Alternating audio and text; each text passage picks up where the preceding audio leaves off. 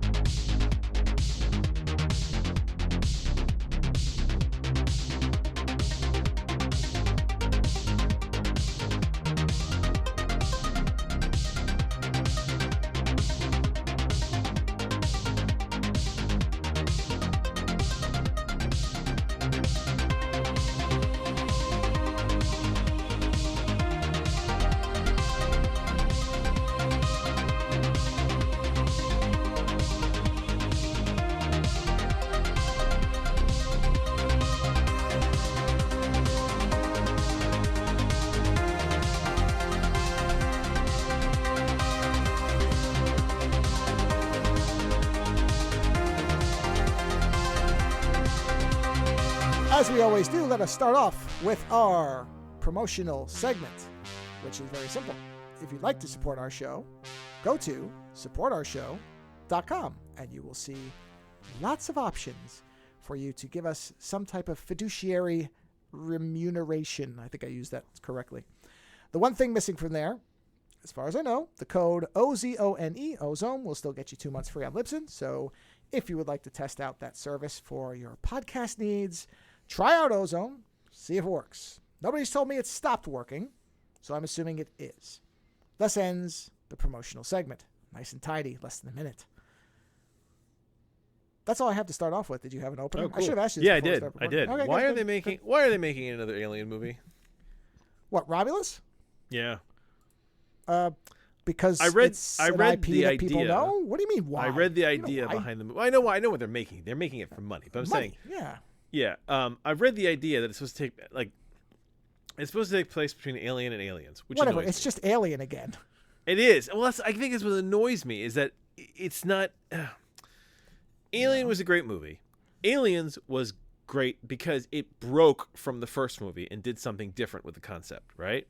Yeah. Alien 3, the version that we got in the movies, was mostly kind of trashed. I still like it, but the rough cut, which was the closest thing to Fincher, was amazing. The assembly cut. The assembly cut, because he tried to make his own thing. He tried to do exactly what Cameron did, right? And it is a very different movie. It's a really dark movie. It's a different kind of horror movie. But it's the assembly cut is much better. I love it. But then after that, we got a lot of, hey, it's a series. Let's make some more movies. And you got Aliens vs. Predator. Well, which is, wait. I mean, Resurrection was trying to do something different. It just... Oh, no, yeah, but Resurrection was not weird. a good movie. No, but you can't say that it was just doing there, the same thing. So in fairness, they No, tried. there they are just things swung in there wide. that are cool. But overall, it's kind of a bad movie. Right? Well, the interesting part about that is that one really expanded on the idea of the... Alien 3 introduced the concept that the alien took on the form of what it was, because we'd only seen human-looking aliens. Yeah, but that had been. But Dark Horse Comics have been doing that for like a year. Okay, but you can't. Point. Comics don't count to people watch movies if they don't know. So in the movies, Resurrection really jumped off with, okay, we have swimming aliens and we have hybrid aliens and the human whatever, and the Ripley. And that was probably the only. Even though I don't like it. I do like the feral Ripley. No, that's what I was going to say. Is that's the only acceptable way to bring the character back is as this warped version of herself. Otherwise, it's terrible. But that is interesting. That Ripley is fantastic. Yes. And it's fantastic for that scene where she walks in the room and finds all the versions of herself. Yeah. And that's what I mean. I think what bugs me about Resurrection is the fact that it comes so close to being a really great movie, but there's so many things in there where I'm like, what? Like, conceptually. Like, the whole thing with the clones is fantastic. The idea that you have androids making other androids and that those androids are basically against violence because they've realized that it doesn't, like, that's a great concept. It's the concepts are great. The execution is often ham-handed. Yes. You know? And I think that's my biggest irk with that movie. And then after that, you got Aliens vs. Predator, which has about 3 seconds of greatness. Otherwise, I just thought it was a trash movie. And then when they did Prometheus, I'm not a fan of Prometheus. It looks stunning. But I think that, maybe I just wasn't on board with Cameron, with Ridley Scott's idea, because I wasn't. I also wasn't. I loved David, the concept of the vengeful android, right? That's fantastic. But I guess I just wasn't impressed with where they went with it. I mean, they did their 3 movies. They did, what was the last one where he gets on the ship? What, Covenant? Covenant, right? That was the third one, right? There's Prometheus. There's yes. And then is the ship from Covenant this ship? Is that the Romulus? I don't think so. I can't remember what the ship in Covenant was. No, what was that ship called? No, I don't think Romulus is connected to any of that. Okay, and I guess that's yeah.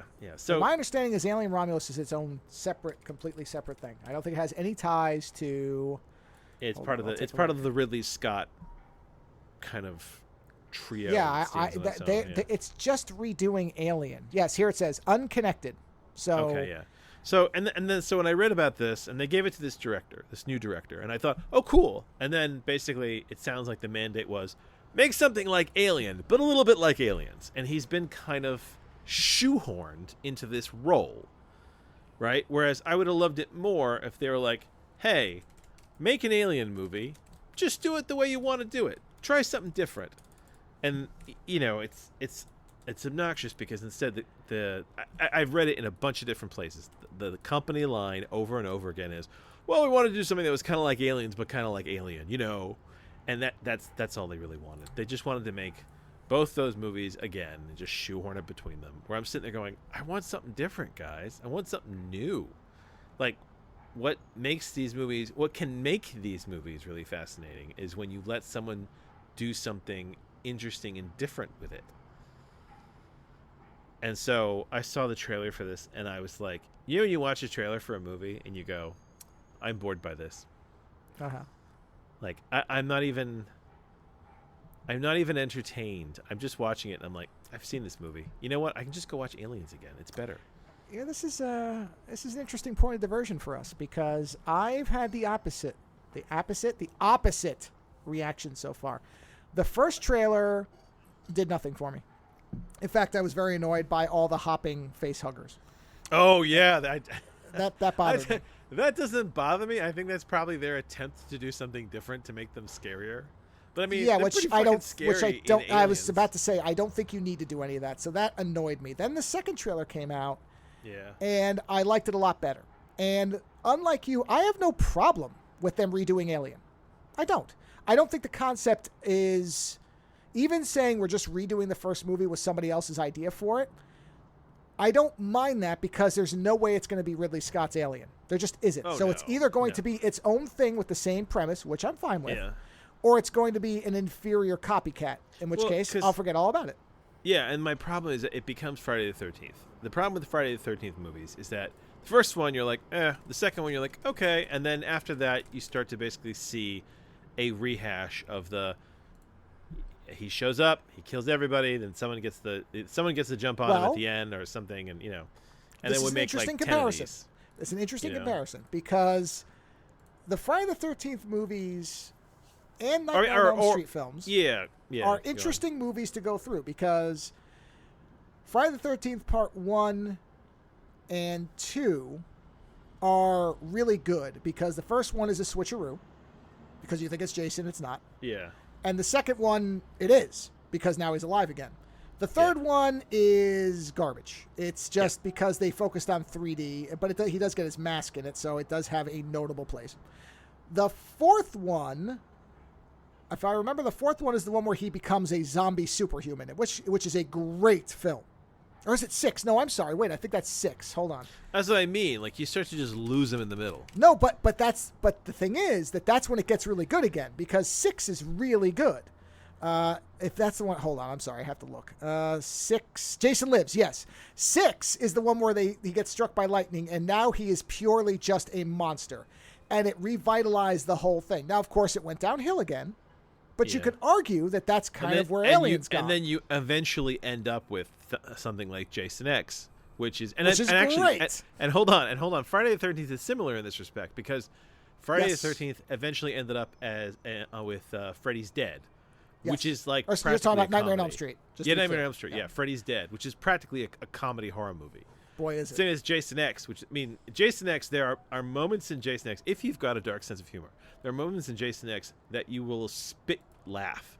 Because it's like when he kills the women. Is it the women in the sleeping bags? Yeah, where they've got the hologram of Crystal Lake where they're like, hey, we're going to have sex now. And he's like, he just murders them because they're distracting him. Well, no, he grabs the sleeping bag and he bashes him to death in the sleeping bag. Well, yeah, but the sleeping bag trick happens a couple times. But what they're doing is they create a hologram on the spaceship of Camp Crystal Lake with these two very, very, young, hot women that are talking about sex. And then it's the key because the joke is he can't resist going after sexually active young women. So he has to, even though he's trying to murder them, they stops it. It stops it. So it's great. It's a very meta but joke, that's what I mean. And it works very well. It gets monotonous, and then it got absurd, and then it becomes a comedy of itself.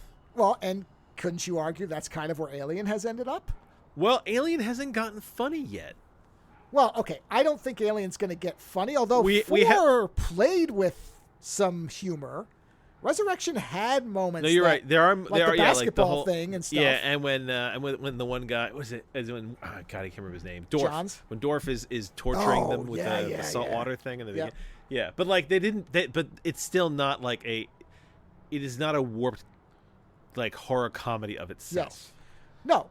But I think that's because the Alien franchise to me is not a horror franchise. I think the Alien franchise for me has always had this undercurrent of it's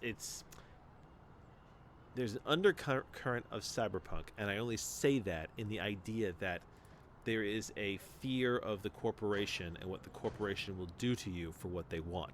The alien is a commodity, a destructive commodity. And in Aliens and Alien, the big message was, hey, the corporation wants this, and they want it more than your life. And then Alien 3 is the same thing. Ripley gets to a point where she realizes the corporation's coming, and they want it. And now they've got it trapped here. Yeah. And either it's the ultimate position of rebellion to say, no, I will end my life and I will kill this thing because I do not want you people to have this, right? And I think that is where it kind of ends, because with Resurrection, the corporation has now tried everything to rebuild this thing, and for me, the franchise does end with Resurrection, right? Because after that, the corporate undertone is gone, right? But that for me is one of the big. Is the big idea is that for the corporation it's always and I think for Ridley Scott probably the reason that he made Prometheus and why Prometheus was important to him was his idea is that the corporation goes looking for life. The person who runs the corporation himself shows up trying to demand that the engineers give him what he wants, and they crush him for it, which is probably it's kind of the dark humor of it, which is like, yeah, you thought you could tell these people what to do. But I think that is why the Aliens franchise is different to me from other horror movie franchises. Like Predator. Predator, I feel like, has more in common with Friday the 13th than Alien does. Yeah, I mean...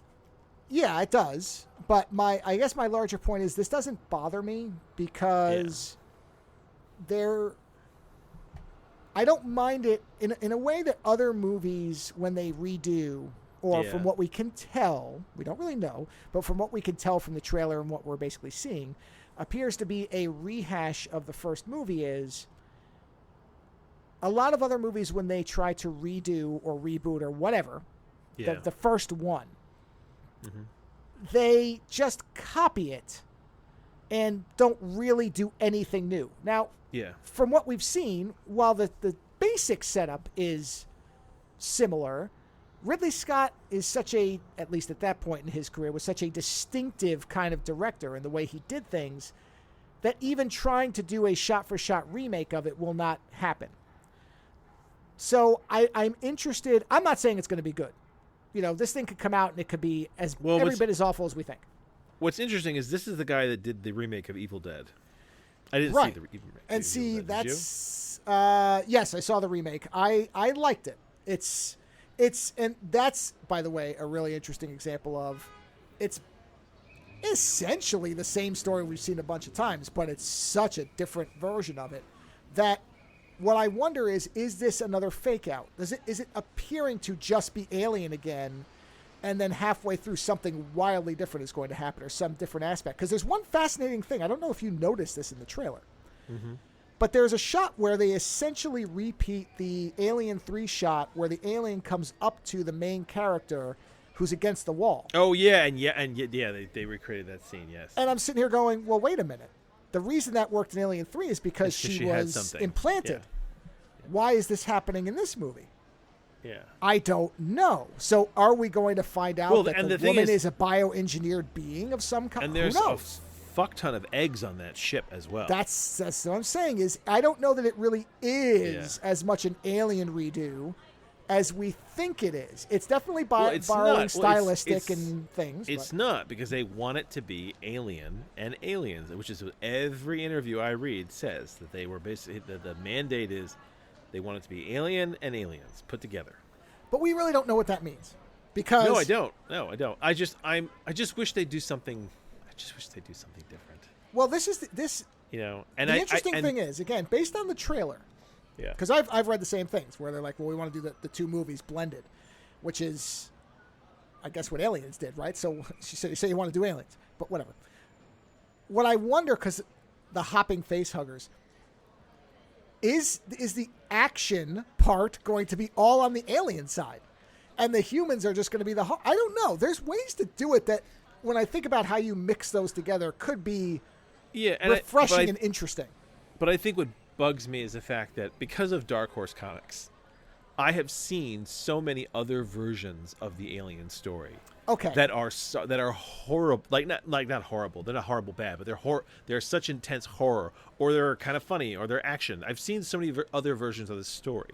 So when you come to me and you say, well, we want to make Alien again, but make it more Alien-y. And I'm sitting there going, yeah, but there's all these other, even if you just want to take a material that's already out there, there's so many other stories that you could take. I don't disagree, but that's us. So you have to be able to detach from that. Oh, okay, hold on. Are you telling me that they're making this for the crowd that say Alien is too old a movie to watch? No. Well, is this for that crowd? I'm not saying it isn't, but what I am saying is my mother has never read a single comic book in her life that I'm aware of. Right? You and I know 80 different versions of Alien and Predator that are far superior to anything they will ever do in a movie. Ever. Yeah, so far. Yeah. Right? No, they will never do the most interesting things because they're not looking to appeal to comic book readers. Yeah. Right? They're looking to appeal to, in theory, for a movie like this, if it was a small independent film for $5 million, then I might say, okay, they're doing an A24 thing. They're not. They're going for wideband. Yeah, that's the problem. They're going for wideband, but that wide band is almost getting a little more narrow because, you know what? Was it Furiosa? Furiosa is financially it's a box office flop, even though all of its okay, you know what? Critics. All right, let's stop this. This is nonsense. So was Fury Road. People have forgotten that. That movie did not do well either. So it doesn't matter. But they're incredible movies. Yeah, I know, and that's what I'm saying is that shit has not meant anything for a while. I keep seeing this as if box office bomb means the industry has a problem. But what I mean movie is that the industry they're trying to find that sweet spot of how widespread generic can we make this to get it the widest to catch the most fish. How wide can the net go? You know what I mean? And that's every movie, unless the movie is very specifically made, right? Usually for a low budget or by a what's that studio? Is it A24? A24, yeah, sure, A24. Yeah. Or Sony Classics, they do fucked up shit too. They always seem to be trying to cast the widest net. Right? Now, Aliens has a little more niche because it's R-rated, so that's a different net altogether there, right? But they're still trying to reach that wide margin of people, and I feel like in doing so, yeah, they lose a lot of good story because they're just trying to meet this generic. Well, okay. So maybe you're right. I don't know. Well, I am not necessarily put off by anything I've seen yet because this is the guy who did Evil Dead, which is not a mainstream film. I mean, it's about a possessed mother and buckets of gore. So he also did The Girl in the Spider's Web, which was a very interesting take on the character from The Girl with the Dragon Tattoo. Yeah, and so what I'm saying is they could keep saying it's aliens all day long. Number one, I don't care what they say in interviews because that's all marketing, and who cares? That, if anything, could just be a smokescreen. Oh, I know. The worry is that it's not. The hope is that it's marketing. The worry is that that's the mission that he was given, that he had to live under. But you know what I mean? Because that's what they did to Fincher. Remember, that's the thing. Fincher was a really great director, but because he had only had a few movies under his belt, and he hadn't become who he was at that point. Okay. The studio rolled him. I don't disagree, and that's always a possibility. However, I think that if that happens, we're going to know right away. I do not believe that at this point, a director is not going to keep quiet about it. Fincher, that was just a bad situation. Oh, I think directors will still keep quiet because to a certain degree they want to get work. No, I don't think so. I think, listen, those days are slowly winding down as far as how much work there's going to be anyway. I mean, the movie industry is changing. It's not dying as everybody's just dying. It's dying. It's evolving into something different. Studios don't want actors and they want directors. Really, they just want a machine to make the movie for them so they can pump one out every day. Yeah, well, of course. I mean, that's what they want, right? They want to get rid of all the people, have the whole thing digitally rendered, and then just take all the money. At the end of the day, I don't know whether the movie's going to be any good or not. It may, in fact, be a very weak imitation of both those movies. And maybe it will. So far, I am bored with it. Hopefully, I will be disproven. Well, I hope. Hey, listen, I'll leave the door open for the hope that it'll be. Listen. You know me. I want to be entertained, right? So if I'm wrong, good. But so far, I'm bored. I don't mind necessarily doing Alien again if they can add something to it, if there's an interesting angle to it. I don't know whether that'll be there. It may end up, although, if you look at, like we just talked about, look at the Alien sequels we had, and then, the Predator crap too. So it may just be that it will be a familiar and dialed back version of this. Predators had a really hard time of it too, because the first Predator until Prey. Prey showed. Well, I know, but I'm saying the first Predator is epic. The second Predator is at once a genius. Yeah, it's at once a genius trash movie that you have to put yourself in a position to enjoy, but it is not necessarily like a great sequel, right? And then what comes after that? Predators, where everyone gets teleported to the alien planet. It's kind of hit or miss. The one where it comes to the town, the one that's written by something Black. What's his name? Oh God, Shane Black. That movie. Shane Black. Bad. Yeah. I never even watched it because the reviews were so mixed on that. I've watched clips of it, and it's. I mean, I know clips are out of context, but they're so bad. Yeah, and then they come up with Shane the Super Black Predator. Is so overrated to me. So. Whatever. Yeah, and then so Predators had kind of a hard run, and we've already said Aliens vs Predator was like a trash movie. So like Predators had even a hard run, and so then you get this small, low. I mean, Prey was by comparison to others pretty low budget, right? And it was a Hulu original, so it was not. Yeah, holy stuff. shit, right? And that was a great movie. So it's like it's kind of this weird thing where it's like and to some degree. What the part that is bothersome is this idea that Prey is on some level. It's like Predator. It's like the first Predator again. It's the idea of we don't know what this is. It's a new group of people, and she fights it. Right now, in her respect, she fucking fights it. Right, she's not a military group full of of big muscly guys. And that's when you said you add a new thing. That's the new thing, right? But the question is, now can you go someplace else from that? Are they just gonna try to make Prey over and over again? This time we're in 18th century Scotland. You know what I mean? Like, did I lose you? You still there? No, you just stopped. You said put him in. Oh yeah. Okay, I thought you were going to finish a point. Oh, did you not hear what I said? I said put them in 18th century Scotland. Oh yeah, and I thought you were going to finish that. So no, that's it. That's all I had. Yeah. Oh, okay, got it. Sorry. No. No, there's no punchline. But that's just what I'm worried about. But Prey is kind of it might work because it is mostly a reboot of the first one. It's person fighting a predator in the woods. The only difference is there's not a team with her. There sort of is at first, but then it's just her. She outsmarts it. Yeah, so you can do it. So I don't know. It's. Hey, listen. Prey was entertaining. That meets the mark. Yeah, and that's the thing is, at the end of the day, it just really needs to be entertaining at the end of the day. But the other, that number one, you're right there. But the other thing is too, and this may be a statement that people disagree with, but fundamentally, I don't know. Again, let's leave the comics out because comics have unlimited budget and imagination and audience potential. they do. I mean, that's why the Predator fought Batman. It's a great comic. Do I think we're ever going to see that? Can't imagine. Didn't the Predator fuck Batman up though? Yeah, he did. That's why he had to build a super suit. Okay. Yeah, he basically put him into life support. So, yeah. And then he beat him with a baseball bat. Anyway, but do I think we're ever going to see Batman fighting Predator with a baseball bat? I doubt it. I'd love to. It was a great comic. Would most normal people think that's a ridiculous concept? Would they show up for it? Probably not. That's the other end is we would show up for that. Would a normal audience that doesn't read comics see Batman versus Predator and think it was worth anything? I think people would show up for that. Hold on. Only reason Yeah. is because Batman is already a known commodity in movies, and Predator is already a known commodity in movies. Doesn't matter. No. I think people. I do not think that a standard audience shows up for Batman versus Predator unless it is okay. You got Christian Bale to come back, maybe. So it's like star power. If it was rated R.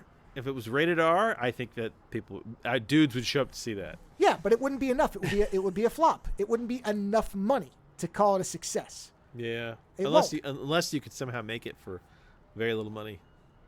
Which you could, but do I think a studio would have? Well, here's the other thing: you have to license Batman and Predator. Can you do that for a small amount of money? I don't think so, because those studios are going to say we're going to have to pay us X billion dollars to have those two characters in a movie.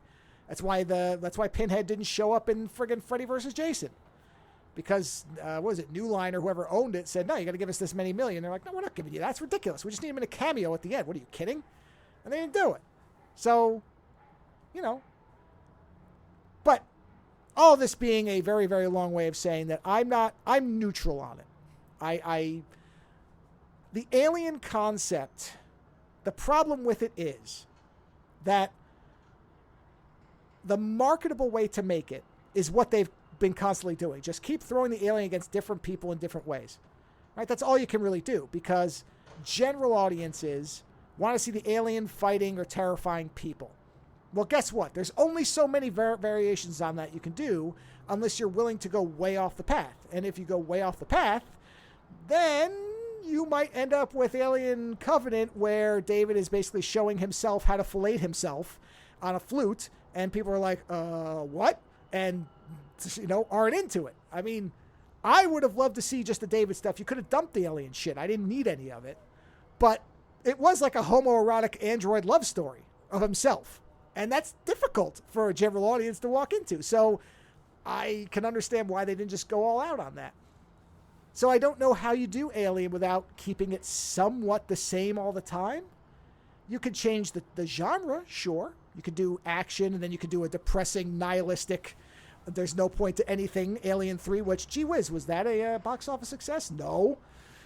Even the Fincher version would not have been successful because people, I remember people saying, what, Ripley kills herself? Oh, I don't want that. But, I think at this point, we've probably said everything. I'll just say I'm neutral on it. I think that's the thing I'm not as resistant to it as you would think that I would be. I don't necessarily expect it to be. I hope it's surprisingly good. If it's not, then guess what? It goes on the pile of many other Alien films and, frankly, Predator films. So that's fine. So we'll see. But, yeah, I don't know. It's tough to say. At least it... Although I guess you could say it's about Prometheus. At least it doesn't look like shit. So I'll give it that. No, I'm sure it's going to look great. Yeah. So it'll be pretty. I'm not going to go to a theater and see it. I'll see it when it's a streaming thing. I'll wait. That's fine. Well, I actually have a movie review. I'm going to do a light review because I don't do reviews like you. Yeah. Which is not a bad thing. I like your reviews, but I just don't. My brain doesn't function that way. Sure. And I don't think it warrants a full review. But it might get us into something else interesting. So, I already knew a bit. This is a World War II movie, so it's an area that I like. I already knew a bit about Churchill's kind of mischief squad. I'd read a few books about his, and you know about this, right? That Churchill basically we talked about this, I'm pretty sure, at length at one show. Yeah. Churchill had operatives that were basically like they were taught martial arts. They were like spies, but they were there to fuck with the Nazis, right? And to pull off impossible operations. One of their more notable ones is they had a guy who worked for them that was a magician, and they knew a bombing was coming in, and at night, and they basically had him show them how to make it so it looked like the town was not where it was and it was someplace else. And they rigged all these lights, and they simulated a whole other thing that when seen from above at night looked like the town was there. And then the Nazis bombed that instead of the actual town, right? And that was the kind of shit the Mischief Squad got up to. The Mischief Squad also kidnapped a Nazi general alive and got him back to the authorities, which is, I think, one of the only times a general has been kidnapped during a war, right? So this movie, yeah, there you go. So I watched a very long title. There it is. The Ministry of Ungentlemanly Warfare. Oh, Guy Ritchie. Okay. Now here's the thing: there is a book. This is based on a book, and it is based on a true story. Sure. The book is very good, and the true story is fucking hilarious because the idea that some of these people really did exist and did do the shit that they talk about is amazing. It's amazing that any of them lived. Yeah, except the actual guy died something like a year after what happens in this movie. Oh, he died. Yeah, because Cavill. I saw Cavill talking about this because I think he died a year before the war ended. I think it was something like that. Well, I remember I saw a thing with Cavill, and he was talking about the fact that a lot of these characters are what started what Ian Fleming based James Bond. Oh yeah, Ian Fleming is in this. Oh, is he? Okay, because Cavill said that he's always wanted to play James Bond. This was as close as he could get so far, probably ever. Yeah, and he also said that the guy that the Gus guy died something like a year after what they're portraying in this. Yeah. So Ian Fleming is in this, and he's basically Ian Fleming was an ideas guy for the British government. He came up with these operations. Honestly, he was kind of like M to a certain degree, but he came up with operations. He developed ideas. He was an idea guy, and he came up with these operations that then the government tried to pull off. So. The idea of this movie is this is before the Americans, I think, are involved, but they can't get their troops across the sea because the U-boats are basically running the ocean, right? And they had to figure out how to basically stop the U-boats somehow so that food, resources, and American troops could get across, right? Because you can't fly those kinds of numbers of people over. There's no fucking airliners big enough to do that. I mean, this is hundreds of thousands of men. So Ian Fleming and another guy, and this is true because remember, this is based off a true story. So they didn't just inject Ian Fleming in there for shits and giggles. Ian Fleming is the guy that did this. Him and I think it's another admiral or a general. Basically, it's played by Cary Elwes. I can't remember if it was an admiral or general. Basically came with this idea that said, hey, we can't stop the U-boats, but why don't we find out where the U-boats are being basically refueled, rearmed, and shipped out, cut them there so that the submarines have no support, right? And so they figured out where it was, and the problem was that the base was in an international zone, right? So it was it Algeria? That wasn't Algeria, it was in the north. It was basically in an area that was considered to be a neutral zone, right? So the submarines could roll out of there and come back, but they didn't actually do anything bad there. And to attack them there was basically kind of an international crime. Like you were breaking the neutrality of the area, right? Because it's the whole, if an area is neutral, you can fight around it, but the second you cross into their territory, you're done. So Ian Fleming said, essentially, why don't we just go in there and destroy their ability to keep those submarines going? Problem is, nobody can know about it. Because if we're found out, if it becomes public, right, then we've broken international neutrality, which is a bad thing. So the problem was the British military didn't have anybody who was really equipped for this kind of operation. This kind of, hey, if you get caught by them, they'll kill you. If you get caught by our people, you'll get arrested. Because you're not supposed to be there. You're not supposed to be there doing this. We need you to commit a crime for Her Majesty's, government, right? I wasn't Her Majesty at that point. It was still the king. So, yeah. So it's this interesting setup, right? The book, by the way, is a lot of fun to read. But you're in this situation where, yeah, they need to find someone to do it, and the person they had for this is this individual with the name of Gus March Phillips, who is a military guy who is, I think he was in prison at this point, and he, when they say that Ian Fleming based Bond off him, there's also a rumor that Ian Fleming based Bond off of Christopher Lee. Christopher Lee? Yeah, because Christopher Lee was also in the SAS, right? And he is a cousin of Ian Fleming, and Ian Fleming knew that he was basically, at that point, he was a special operations guy. So it's very possible that Ian Fleming based James Bond off a couple of guys. But Gus March Phillips is one of the guys that they pulled him off, that he pulled the idea off of. So they bring this guy in, and they basically say, hey, listen, we have this job. It's fucking impossible. If you get caught, they'll kill you, or our people will arrest you.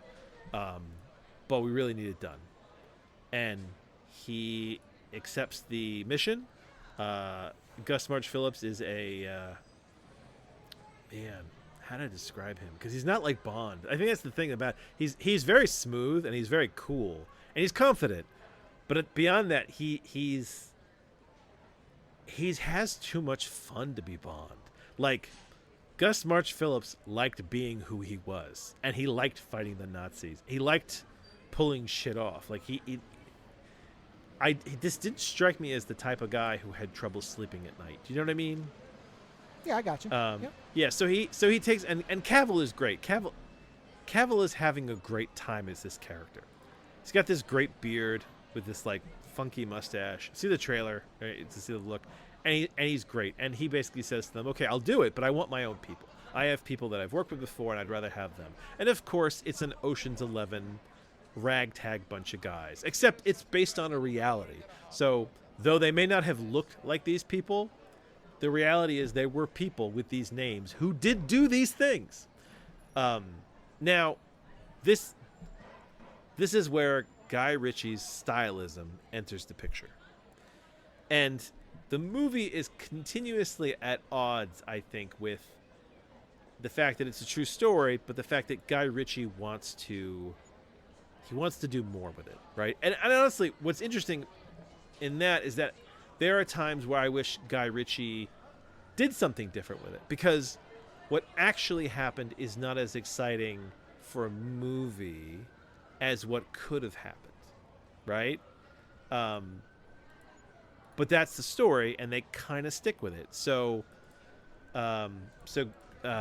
Cavill basically goes and he gets his team, and he's got an explosives expert, and he's got a guy who is excellent with a bow and arrow. Actually, my wife and I were watching this, and my wife said, "Why does this remind me of Sniper Elite 5?" It gets like, yeah, you've got a bow and arrow expert, and you've got it's Far Cry. That's what she said. It was very Far Cry World War II at times, and he's like a good hand-to-hand combat guy. You have another guy who can basically drive any boat, and you get this crew together, and they find out they've got one other member they got to pick up on the way to this base, which is in Africa, and it's and he's in a Nazi camp essentially, and he's like he's a chess player, but he's ruthless and brilliant, and he's friends with Gus March Phillips. So he's like, no, I want to get him. So the first time you see these guys in operation is them basically walking into a Nazi prison camp during the day and just killing everybody. And it's the first example of like a kind of like a special forces unit. No one expects someone in those small numbers to go in and just start hacking their way through the camp. And they do. They use the Nazis' own guns against them. And, how I stand on the whole after playing Sniper Elite 5, I have no problem watching Nazis get killed. And in that respect, it is a very fun movie. Because everyone looks like they're having... All the actors look like they're having a great time. Now, there's a secondary plot, which is essentially... There is, in the actual town in Africa... I really wish I could remember what the country was. The guy who's their man there runs a hotel and casino, and he's the one who basically brought it to the British that the Nazis were there, and this is what they were refueling. And that actor is played by, I don't want to get his name wrong, Babs Ulasan-Mokun. It's the doctor from Strange New Worlds. Is it Strange New Worlds? Yeah. Oh, I like that guy. That guy's great. Yeah. Oh, he's great. And so, this is a very ensemble movie. So if you go to this, I think there's people who came to this movie thinking it was going to be like the Cavill show. It is not the Cavill show. Cavill is there and he is great, but he is one part of a very ensemble cast. So the doctor from Star Trek, he actually gets a tremendous amount of the movie because he brings a British agent back with him who is supposed to assess what's going on, and then she needs to essentially seduce the Nazi general who's running things so they can distract him long enough for their operation. So he brings her in, and he gives her the lay of the land. And honestly, the character and the way he's written and the way that the doctor, his name is, we're going to call him Babs because like I don't want to call him the Star Trek doctor constantly. The way that Babs portray him is so cool that, I mean, he kind of upstages Henry Cavill because he is so cool. In fact, he's kind of more James Bond than Cavill is through this movie. he's the one who's like, he's dapperly dressed, he's playing people both ways. He's the one that essentially sets up the operation on the ground for them, which is that he has a gun that slides out his sleeve. He's the one that blows up the power station to put everyone in the dark. Like, there's a whole other side story with Babs and then this British operative who's trying to play the Nazi general. And the Nazi general is very good. He's played by Til Schweiger. Til Schweiger has been in fucking everything.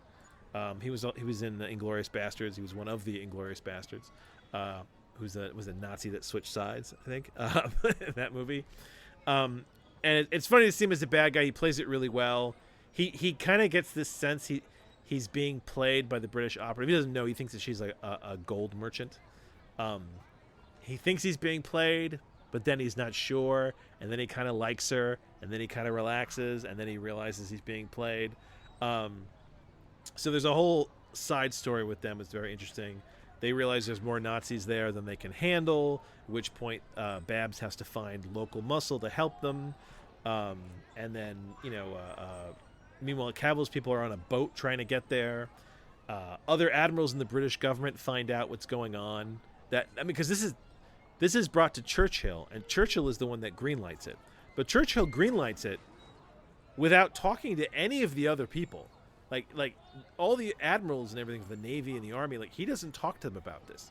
This is his own operation. So if it becomes public, he could conceivably be deposed from his position, right? So there's a whole thing there where the naval admiral finds out about it, and essentially tries to shut the operation down. And Cavill's ship very nearly gets stopped by a British ship on the way, and the only thing that saves them is that the British get attacked by German U-boats, which is ironic. And so when Cavill's people finally get to this town, they go in at night. Babs stages a massive party because he's got a casino, so he's got all the upper officers at his casino and his hotel, drinking like crazy. And then he basically hires hookers and booze for all the soldiers. So he gets almost everybody into a warehouse, at which point he locks the door. So there's no troops. There's like a skeleton crew of people left behind. And as they're and they find out, like, literally the last moment, like they're there, they find out that the ship that they need to sink has armor plating. So Cavill and the chess expert basically say, you know what? We can't sink her. Let's just steal her. She has all the resources that the Nazis need to keep the U-boats going in the area. So all they need to do is steal her. But they can't actually drive her. So there's a whole thing in there where they're stealing tugboats and they're trying to get this thing out of the bay. And of course, at that point, the Nazis finally get wind of what's going on, and there's a huge shootout. And at this point in the movie, any other director would have like done something more, right? Like there would have been something stupid. You know what I mean? But because it's based on a true story, they just got away. They managed to steal the tugboat and all this shit. Rather than sinking it, they stole it and they handed it over to the British. And Babs managed to get the British operative, get her out, and connected up with them. And so they all get away. It's amazing that they pulled it off. And that's kind of what makes it such, like, it's so weird, because, like, none of them got killed. They all survived. They beat the Nazis, and then they all go straight to prison because they've committed a crime. But the admirals won't go after Churchill because Churchill pulled it off. And because of this operation, the American soldiers and resources were allowed to get across the ocean to the U.S. I mean, to the U.K. And essentially, after this, Churchill takes the whole lot out of prison and hires them as his mischief squad. They are now the Ministry of Ungentlemanly Warfare, which is why a couple years, I don't know if it was a year after this, but I know it was a couple years after this, Gus March Phillips did die because he was off pulling crazy shit. But at the end of the movie, they kind of give you a list of like what some of these soldiers went on to do. And like one of these guys got the Victoria Cross. And this is the guy who was like shooting people with a bow and arrow, stabbing people to death left and right. And like, so it's a very entertaining movie based on a very entertaining true story. The weakness for me is that Guy Ritchie wants to make it stylish the way he does, and it's almost at odds with what the movie wants to be. Do you know what I mean? Yeah, I see what you mean. Yeah, it's conflicting. His style conflicts with the story. Yeah, my wife actually said it felt like a Quentin Tarantino movie. Oh yeah, I can see that. No feet, but I told her there's no feet. Because it's got it's very stylish, right? And it's very cool, and everybody is very suave, and there's a lot of really good one-liners, right? And you like everybody. Like that's the thing, you like. I mean, I would almost compare this to an Ocean's 11 type thing. Do you know what I mean? Because it's a big ensemble cast. Everyone's going in different directions. They've got this big. In this case, it is a heist because they steal the fucking boat. There's a big heist they're trying to play. So, Guy Ritchie doesn't direct it like a World War II movie. He directs it like a heist movie. And that is the only part that feels slightly off. Beyond that, it's a very fun movie that I'm sure they took some liberties with, but has an incredible ensemble cast. Everybody's having fun. Everybody looks good with what they're doing. And when you watch this, if you enjoy it, then you should go read the book and find out more of the actual true story, which is even more unbelievable. Because some of the shit that these guys and this woman did and got away with is astounding. And it's because nobody had done this before. You know, like remember World War I was kind of the end of old war, right? Where people used to line up and shoot each other across a field, right? That was the beginning of industrial war. It was the beginning of the machine gun and the tanks and everything like that. Whereas World War II was total war. Everything was a target. Everything was a battlefield. Everyone could be shot. Everyone could be bombed. And so it needed something new, and that was the entrance of, you know, spies and mischief and mayhem and assassinations and all that stuff. which to some degree had existed before, but not, I guess, not at this industrialized level, right? Where you actually had a whole department just dedicated to it. So I enjoyed it massively. Like I said, there is that weakness in there. The fact that the Guy Ritchie-ness doesn't always feel like it's in sync with what the story wants to do, right? Because like they start the movie with what's his name? Cavill is already on the boat headed south with his crew, right? And then they basically blow up a Nazi ship, and you're kind of like, what are we doing here? And then they rewind back to Cavill talking to the general and Churchill and getting the mission and stuff like that. And I'm kind of like, but they never do it again in the whole movie. There's never a rewind like that, right? So it feels unnecessary. I feel like the movie should have started with them giving him the job and then just cut forward. That would have felt more thematically consistent with the flow of the movie. But otherwise, yeah, it was a lot of fun. It was like a modern day Guns of the Navarone. Well, it sounds interesting. I mean, the fact that it was based on real people who were doing this stuff, it's an intriguing setup. The real story is more interesting. I'm going to say that. Isn't it always? Well, it isn't always. Sometimes they dress this stuff up to make it more dramatic. But in this case, some of the shit these guys did, they dressed it down because it's so absurd, some of it. Yeah, and we're kind of used to these. The other thing is we're used to these spy movie tropes now. But when these people started doing this shit then, it's like this was novel. I mean, the British government wasn't fond of having they didn't like the SAS in the beginning. They didn't like the fact that they were soldiers, but they were different kinds of soldiers. They were more lateral, independent thinkers, which the military was like, yeah, but the military is all about everybody falling in line and following orders. So this idea that you had a whole department that was dedicated to people who were more independent thinkers working on their own to get a mission completed, it didn't sit well with them. It's it's ungentlemanly. Apparently. I had a great time. I think it works as a heist movie as well as a World War II movie. It's not the best movie I've ever seen, but I thought it was quite good. If I was going to give it a grade, because I do like to do that sometimes, just give it a grade. In my world, it was kind of a B+, A- movie. Okay. Enjoyable, entertaining, but there was the only thing that kind of keeps it from being like an A movie for me is that just there's that disconnect between Guy Ritchie's style and the movie itself. Yeah, I could see that being a problem. But all the stuff with what is his name? Babs. Yeah, everything with the actor Babs, the Star Trek doctor. Everything with him is fantastic.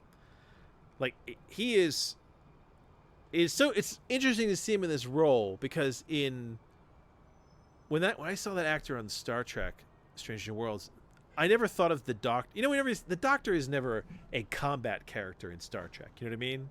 Right. And he has made that character very interesting because he has this special forces past. You know what I mean? So seeing him in this movie where he's not playing the quiet doctor, he's playing the suave guy. You know what I mean? Like he's very suave and he's talking to everybody and he's very cool and he's scheming and he's not a military guy, but he is that kind of smooth double agent kind of guy. I did not think he was going to make it. I mean, I knew some of the story, but I didn't know kind of the loose ends of it. So I didn't know if this guy actually made it out. I worry that, when I go back and look, maybe he didn't. Like that's one of those things that they would have changed. But yeah, it was good. It was fun. I was entertained. See, sometimes that's all you need. Just a little bit of entertainment. Yeah. I mean, and there was something interesting where they cast a lot of, like, One of the guys is Irish. Oh no, there's another guy there who's I think is he Scottish? I can't remember. But basically, he's Asian in the movie. And so when they were showing the photo, okay. Oh wait. Yeah, so the actor is Asian, the actor but is the actual Asian, right. person was Scottish. So, okay, got it. So when they show I think he was Scottish. So when they show the pictures For a minute, of the real, I thought you meant that a Scottish guy was playing an Asian character. Which No, I was no, gonna say, uh-oh, let's. no, well, I mean Ooh. you could be Scottish Asian. So either way, they had Well, this. you this can, Asian, but I don't know how you do that gracefully in the modern age. You know, you'd have to play that very carefully. So they had this Asian actor playing this character, and when they showed the pictures, it was very much not an Asian guy, right? And my wife was confused because she was like, "Wait a minute, who is that?" And I'm like, "That's that guy." And she goes, "But that guy was Asian." I'm like, "No, honey, they cast an Asian actor." It's like, but that guy was British. I was like, he was just a generic looking white guy. Yeah. Oh, and here it is. Scottish Asians has its own Wikipedia thing. You are correct. Dual Scottish and Asian ancestry. I don't see why that. As long all you need is a Scottish Well, person I- any Asian nationality I knew to that fall such in love. a person, any mix can exist. Well, Yeah. some mixes can exist, I guess, but you can't have a. I guess you can't have a. Oh no, you could if you had. Okay, wait a minute. This is almost a math problem. How many combinations, if each side had dual background all the way back through grandparents and all the rest of it, how many could you? Somebody must have done this. Is how much can you actually be mixed together in total? Because there's only a finite number. So if each side, if you are a child, each parent is of multiple ancestry and is the child of multiple ancestry, which is the child of multiple ancestry. There is a finite limit, though. I mean, there's only so many. So there's got to be an upper limit. There has to be a percentage. Well, that before you can't go below. you're not considered Asian anymore. No. No. The other way around. You're stacking them. So you're Scottish, Asian, English. Blah, blah. You could put them all together as long as people were born. You know what I mean? I know, but at some point, I think it becomes so slight that. Well, that's what I mean. There has to be a limit. But like I'm curious. My kids are 50-50 British and Cuban. Okay, right. But what I'm saying is, so let's say it'd be 1%. If it's under 1%, it might as well not exist as far as in terms of this. Well, you know so what? how many So 1% can a person be? Yeah. Well, I wonder at what point, because you have people who say they're Native American, and you find out they're like 2% Native American. That's what I'm saying. So if we cut it off at 1%, what is the maximum number that you could have where it doesn't fall below 1%? That has to be a definable number. I don't think either of us have math. No, I'm asking if anyone knows. Anyone who's listening, this is an interesting thing to research. We have smart people who listen. I don't know why they listen, but they're smart. And so they can probably figure this out. What is the maximum 1% number or whatever you would call that? So maximum 1% ancestry number. How many things can you be stacked up to where it does not fall below 1%? There has to be a number, because you're right. At some point, you dilute it so much you fall under the 1 percentile. Because you're right, there are people who are like 1/32 whatever. Okay, so what is that upper number? I'm curious. I don't know, but it's an interesting question. So, what is the maximum 1% ancestry stack? There you go. That's your question. That's the homework for somebody. I really. Well, it's the whole idea of like, what is it? You're not 100% Italian, are you? Are you like 90%? No. Well, I don't know what the actual percent. It's a very small amount of English. Your dad's 100% Italian, yeah. And then your mom's side, I think, has some mix, right? Yeah, there's a little bit of English in there, but that's what I'm saying is once you start going up into the grandparents and everything, right? So. Oh yeah, and here's the thing: I got genetic tested years ago, because we didn't know what my father's family was at all. Sure. And we knew that Cuban, the idea of Cuban is a fucking mix. Like there is no straight Cuban, because there's very little straight. There was natives, and they brought slaves, and the Spanish came, and like Hispanic is a mix of kind of those three things. Because we were like, where the fuck does that come from? So what's interesting is that when we did the genetic kind of testing to figure out where that shit came from, there's Greek, there's Spanish, there's French. There's what is it? There's is it Ashkenazi Jewish? I can't remember what it is, but there's talking about like percentage, right? Like Yeah. How much percentage of Judaism of being Jewish can you have for someone to consider you to be Jewish? Right. Like, That's you know what I mean? Like it's that, but yeah, there's a whole mix in there, you know. Yeah. And you're like, okay, right. So Cuban means like any number of things, right? Mhm. So yeah, it is interesting, and yet you know we turn around and we go, well, I'm Cuban, and it's like, okay, well that's your. Well, I think what most people look at is Yeah. whatever the dominant amount is, and combined with what your family has embraced. Yes. Oh Because yeah. some but people are something and want nothing to do with it for whatever reason. Yeah, You know, and they there's don't people like it. out there who have like 30% Irish in their family, and they consider them to be Irish. You know, like. Right, because if you were raised in the household, followed Irish stuff or whatever, and Yeah, and you know. the Irish culture, and you're like, yeah, we're Irish, even though like we're only like 40% Irish or something like that. Whereas my wife is 100% British, and her dad's really big on not genetics, but the family trees, right? yeah, genealogy or whatever. Yeah, so he's tracked all this Family shit back. line. Yeah, so he's tracked all this shit back through records, because British records go back forever, unlike Cuban records that just Well, don't right, exist. because there's lords and duchesses. There's Yeah. control and all So that stuff, you know so who owns he what. found out that his family has just been in like the same part of England as farmers, going back as far as possible. Like essentially, they were British when British happened. At one point, he thought, oh man, he thought there was Scottish in the family, and he found out that it was just that there was a town called Scotland. So that they never went to Scotland. They went to a town in England called Scotland. So there's interesting shit like that. But yeah, my wife is like 100% just British. Yeah. Whereas like I'm Cuban, which means like a million different things. So yeah, I'm a mutt essentially. She's purebred and I'm a mutt. Right. Are there any mutt dog breeds Oh, tons. that started out as mutts but then became a breed?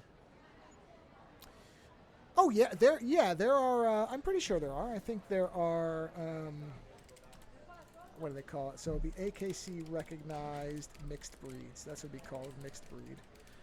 Let's see. AKC announces new program for mixed breeds. This was back in 2009. Yeah. So I saw a husky corgi the other day, and that was damn near one of the cutest things I've ever seen. Oh yeah, there's lots of good mixes. Yeah. Corgi. I think they call it a horgie. Yeah. Yeah, or a custom. So yeah, no, there are mixed all kinds of things. Did you see that the breeders, the I guess the breeding societies are talking about how they need to start fixing the dog breeds because they keep breeding certain features and what they've made monsters. Yeah. Like the whole yeah. bulldogs. No bulldog has been born naturally in like 50, 60 yeah, years. there's more. unfortunately, there's lots of bad characteristics that have been kept because they are aesthetically pleasing. Yeah, so they're talking about trying to breed. So I think it's pugs that have really a lot of problems breathing. And then what was the one that Spud? Remember that dog, Spud McKenzie? Oh yeah. What is Spud McKenzie? He's Yeah, he has a head like they have a head like a bullet now. But if you see what they looked like in the early 1900s, they don't look anything like that. No. And it's interesting how through selective breeding, what humans have done to dogs. Like you have to. A bull terrier. That's what it is. The short-term evolution of what breeding has done is amazing with dogs. Yeah. No, their faces used to be more defined. Now they have that very kind of like a bullet. Like you said, like a mortar shell shape. It's not good. Yeah. So they just recently announced that, and I was like, I wonder to what degree they'll take that seriously if they really will. Well, do it. and there are still the dogs that look like the old ones, but they're not as popular. That's the problem. You know, a lot of this is on popularity, which comes back to looks, and it's terrible. Well, it's style and fetish, right? Yeah, it is. It is. Yeah. It's not what's it? concern for the health of the dog. Oh man, what's the breed right now? I can't. Everywhere I see them. I mean, Labradoodle. honestly, I think I've seen Labradoodles everywhere. Yeah, golden doodles are all over the place. Golden doodles. That was the other one. The reality is that, and it's just the way it is, that most pure breeds are not as healthy as mixed breeds, because it's fighting evolution. Oh yeah, because you want to mix the breed because then you give it the best chance of right. Yeah. And so mixed breeds tend to do better, but people like pure breeds because, I mean, there's larger. There's that, and there's also problems where people who do pure breed dogs tend to this is not every time, but it is often the case that those individuals, because they command a higher price for their animals, they also have better documentation to show that there aren't health problems and all the rest of it. Well, Whereas that's if the somebody's theory, just breeding, it's theory. It could all be doctored, it could all be made up. You don't really know. Yeah. But that is part of the problem. I mean, there are multiple issues with it, but yeah, the reality is that many dogs are bred for aesthetic reasons as opposed to trying to create the best life for the animal. And it's like, and certain dogs are adopted by or acquired by people that don't even fit into what their lifestyle is. It's like when people get a dog that needs to be active and they let it just sit in the house all day and it's miserable. Yeah, like one of these dogs is for shepherding animals. Right, and you just have it in an apartment sitting around. Corgis are incredibly intelligent and want to, nip at your. They want to herd you. I was going to say they're not generally good with kids. Not to say they can't be, but they are not given to be gentle. Yeah. They are instinctually driven to be herding and working animals. And so you have to find something really lazy that just want to do shit. Well, or you have to. The thing is, it's not that you can't do it. You can't have an animal, but people don't put the work in. Unless you want to engage with it, yeah. Right, you have to be able to provide the energy outlet in one way, and then train constructively and not abusively. It's a whole thing. But yeah, I did find it fascinating that they're going to attempt to do that, and I wonder to what degree fashion will kind of fight back and be like, but we want the pugs to look like this. Like bulldogs, man, I feel so bad because bulldogs have to be born through C-section. They have trouble breathing. They have trouble walking. Their heads are so enormous. Yeah, it just is always saddened me to see those animals. Bulldogs have become like a cartoon character of a dog. But it's a breed that is perfect for modern day humans because it really just wants to sit around and do nothing. Right. Look cute, do nothing. If I couldn't breathe, I'd want to sit around and do nothing too. There you go. Yeah. And pugs, they are loud, especially when they start to have respiratory issues. Oh, yeah. Wow. Yeah. Because I grew up when my neighbors had a pug, and that thing, their bark is god awful. I do not appreciate the sounds that pugs are capable of making. But yeah, they wheeze like a 70-year-old man who's smoked his whole life. And like that's what we've evolved them into. Actually, right. I want to see if I can find a picture real quick of what a pug looked like earlier on. Let's see, pugs pre-1900. Let's see. If you just pull up the pug Wikipedia, you can probably see. Oh yeah, they had more of a snout. Yeah. Yep. Oh yeah, look at that. They almost look like. They look like Chihuahuas, but bigger. Yeah, they had their face came out further. Yeah, and we breeded. And they were and they had more of a neck. Yeah, they did have more of a neck. They had an actual neck. They didn't look, they didn't look like. Oh man, Ram Man from what do you call it, He-Man. They only look like Ram Man. Yeah. Oh yeah, what we're doing. Yeah. So it's interesting that someone has actually stopped and been like, "Hey, we should try and fix this." Yeah. So anyway, that's all I got for you. Well, I didn't even mean to bring up the dog thing. It just we were talking about it and made me think about it. Yeah, where did that come from? I have no ancestry idea. stuff. Oh, the ancestry thing. Oh, it was that. Yeah, it was that. Yeah. So, this review has no clips because it's unnecessary. Because this is, you talked about the fact that entertainment, I guess that's the theme, because this is a pure entertainment film. Now, I talked, I don't remember what I reviewed exactly, probably in the last month. I reviewed Godzilla -1, which is the Japanese Godzilla film. Oh, did you watch the new Godzilla? I sure the fuck did. I've almost watched that movie a few times with my kids. They want to see it. It is magnificent. So this is Godzilla X Kong, which the X thing is so stupid because the director said, "Oh, it's because it's a collaboration. That's what you use X for." So I guess it's Godzilla Collaboration Kong, the New Empire, which just came out on digital in the last week or two. I want to say. When did it come out? I know it's rentable. I don't know when exactly it came out. But anyway, I've been looking forward to this because I've said more than a few times, I really enjoy the fact that the American and Japanese Godzillas have split. And the Japanese Godzillas are focusing on the elemental horror of the character, which honestly, the Japanese, because this is born out of the nuclear World War II stuff and the trauma of that. It's interesting, yeah. They are better equipped to do that. They should be the ones doing it. And everybody else, we've got the Michael Bay version because that's what we're good at, which is blowing shit up. And so now, this is essentially now a Warner Brothers cartoon. It is gone from Godzilla 2014 attempting some version of horror to now, nope, horror's out the window. Now it's just, let's just make these into Bugs Bunny and Daffy Duck running around. And that's exactly what this is. It is a... He's got a power glove in this one. Yeah, yeah. Now, this is the funny thing is, normally, a lot of CGI will grate on me. But this, it has to all be CGI because nothing's real. And in that case, I don't care. It's the appropriate fit for the effects to what the movie is. So this movie takes place, I think, 2 to 3 years after the last one, Godzilla vs. Kong. And so it's a somewhat immediate sequel. And at this point, there is an equilibrium that's been established. So they've been quiet for a while, the two of them. Well, because Kong is in Hollow Earth in the center of the planet, because Hollow Earth exists. I don't know if you remember that from Godzilla vs. Kong. I do remember that, yeah. So he's down there, and he's very lonely because he hasn't found any other big apes, which will change.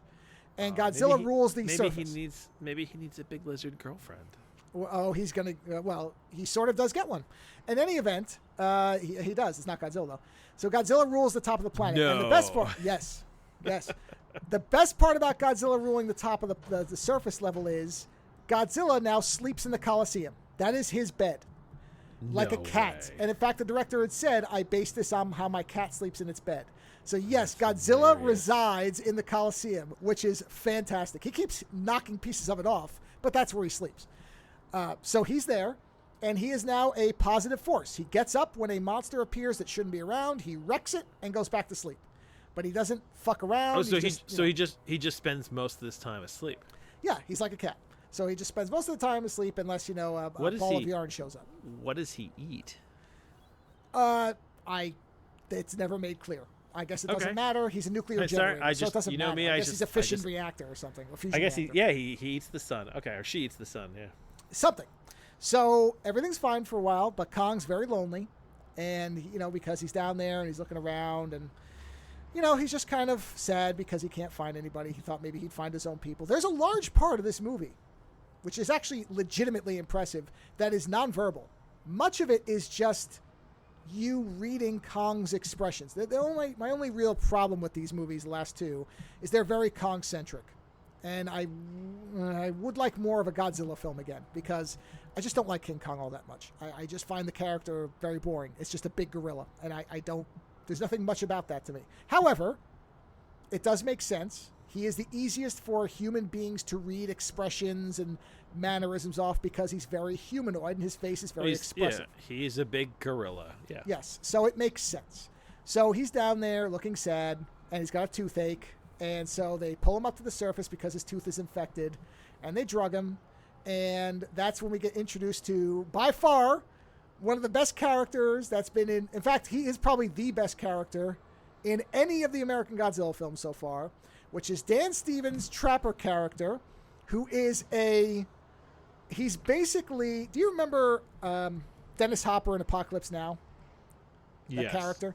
Okay, take that character, make him optimistic and happy and goofy, and make Dan Stevens talk in his normal voice as him.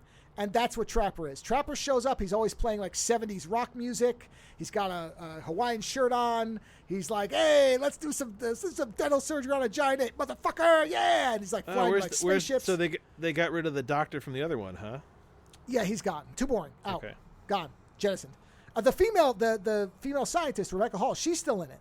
But they've gotten rid of the boring other side of it. So now they've got Trapper. Trapper's great. He's a delight. And Dan Stevens is fantastic. Got long hair. He's got, he looks like he fell out of a 60s. Oh, yeah. Hawaiian shirt. Yeah. He's great. They should just make movies with him. And it would be very, very fun to see him just bopping around doing, little veterinary on Titan stuff. So he shows up and gives Kong a basically super alloy tooth, fixes him up. They put him back down into Hollow Earth. And the little girl from the last movie says she kind of senses that Kong, because she and Kong have some kind of psychic connection or something. I mean, they can sign to each other. And her people are from Hollow Earth. You find this out in the movie. It's very, very obvious. Nothing in this movie is going to surprise anybody. But anyway, so she sees Kong. She's kind of sad because she sees he's sad. And she doesn't feel like she fits in with the world because there's nobody from her people left alive. And Kong's in a similar thing, so she's identifying with him. And so they send him back down. And then this signal starts acting up. And it wakes Godzilla up. Like Godzilla senses something is going on. And he starts superpowering himself. He starts going around and killing off Titans and absorbing their power. So at one point, as far as I could tell, he actually goes from just being nuclear powered to being nuclear and some kind of magic sea crystal powered. That's why he changes colors. So blue is nuclear and the pink purple color like or whatever. Yeah, whatever that is. Yeah. That's the combination of nuclear and he kills a huge sea serpent and absorbs all of its crystal power. And then he turns pink or whatever, purple or mauve, whatever the color is. And so that's why he's now a different color. Now he's, he's twice as powerful as he used to be. But I do like the fact that they do have a point where, because this is something they don't really do enough of, or at least they never really play with this idea. Oh, I just found the picture of him in the Coliseum. No, it's great, right? He's just curled up. It's fantastic. Hilarious. Yeah. It's great. So there's a point where some jets are coming to try to strafe him, and they can't get too close to him because they're like, he's putting out too much radiation. We can't get close enough. And I'm like, that's really neat. He would be pouring out radiation, so you couldn't just fly up to him. So I like that because that doesn't usually come up. But in this movie, they do actually say that at one point. They're like, well, we can't get too close to him, so we could try to fire missiles, but we can't really get close to see what's going on because he's too radioactive. We have to stay away. So anyway, so Godzilla's stopping around on the surface, and he is absorbing all this power. Meanwhile, down in Hollow Earth, Kong is kind of jumping around for a while, and he finds this big sinkhole and goes down into it, and he finds this area that he's never seen before, and this little So he's monkey, deeper. He's even deeper into the earth. Yeah. So I don't even know how far into the earth it is. Whatever. He's somewhere, and he finds this little small ape, which he's like, "Whoa, what are you?" And the small ape immediately attacks him, and is like, and then a bunch of other ones show up, and they're trying to murder him. And he figures out that there is a race of savagely murderous apes that are led by a bigger, super, mean ape that's called the Scar King. So immediately I thought Scar from Lion King. So it's basically like that kind of situation. Like he's lanky and big and mean looking. And so in the meantime, some of the humans come down as well because they're hearing the signal. And the little girl's having dreams of something. So they come down to find Kong.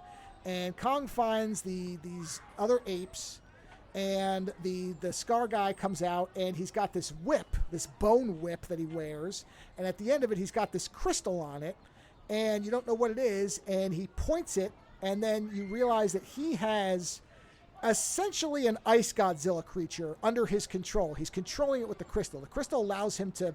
It's like a shock collar. I don't really understand how it works. They're getting very into like the weird monster shit. Huh? Oh, it's crazy. That's what I'm saying. It's delightful. So he controls this super ice lizard. I don't remember what the name of the creature was, but another Titan that does ice. It's Godzilla but ice. It really what it is. I mean, she even looks like Godzilla, very, very similar, except she never stands up really, except for a couple of times. She's not like Godzilla who runs for a lot of this movie, which is great. And she fires this ice beam, which gives him massive frostbite in his arm and damages his nerves. And so he kind of manages to just barely get away without getting killed. He's almost killed. And he collapses, and the humans find him, at which point Dan Stevens is like, hey, I know what'll help that guy's arm. Stay here. I'm going to groove out, Daddy-O. And he takes off for a minute, blasting fucking 70s rock. Comes back blasting 70s rock with a giant power glove, which they show the schematic for it, and I looked at it, and I thought it looked familiar, so I looked it up, and it's actually one of the Jaeger arms from Pacific Rim. That's what they were basing this off as, which implies that the Jaegers existed. Oh. Because it's... Yeah. I mean, that's funny. Who knows? That's very funny. Okay. Yeah. So they have the glove, but the government stopped them because they said, well, wait. Because essentially what it implies is that they were going to build a Jaeger, more or less, and they were like, no, we don't want you to make a bigger, more super-powered version of these things. We have to be able to control them, not create mecha versions of them. So this is where we're going, right? There's got to be some I mean, kind of like suited. Yeah. Wouldn't you watch that? No, I would. I mean, I think it'd be great. I would watch it. So anyway, he brings back the glove because they finished the prototype of the glove. And it attaches itself to Kong and gives him, now he has a cybernetic hand. So they basically fixed his arm. So they then find this, they're there, and suddenly all these native people come out. And I don't know how this was supposed to be a mystery, because I'm not sure what the little girl who plays the girl from Skull Island, I'm not sure what her genetic, whatever her actual ethnicity is, but these people look exactly like her. So immediately, anybody with even one brain cell is like, oh, these are her people. But they play it like a mystery for a while, which I will say, the weakest part of all the American Godzilla films up to this point is the way they use humans. The humans have generally been either completely disposable or annoying. This is the least bad of all of them so far. They managed to dial back the human stuff enough, and when they are present, they don't annoy me as much, especially because Dan Stevens sort of offsets all of it. He's so interesting and unique and bonkers that you want more of him. And so he pushes back the kind of stoic, we're a scientist bullshit that they did in a lot of the other ones, which was just boring after a while. He's just such a breath of fresh air. And the podcast guy, who was annoying in the last movie, is somehow not as annoying in this one, I think because they partner him with Dan Stevens. And when he's freaking out, Dan Stevens is like, come here, I'll give you a hug. Let's hug. And he hugs him. And he's like, oh, yeah, man, I know we're watching plants eat people, but that's the law of the jungle, baby. It's just the way it is. Here, let me give you another hug. And it's just so endearing and weird that it's great. It just melts any of your annoyance at the human being stuff. So they're there. All these native people show up. Oh, and I guess I guess 11 is gone too, huh? I think the director had said that he didn't see a place for her in this movie. She's not gone. She's more of a Godzilla character, though, isn't she? Yes, I would think that because she was more attached to Godzilla. Which again, I would like to see a Godzilla film again, where it's just him against something. So the people show up, and they immediately recognize her as a what do you call it? A embodiment of a prophecy they have about a little girl who can bring Mothra back. And I'm like, oh shit, Mothra's coming back.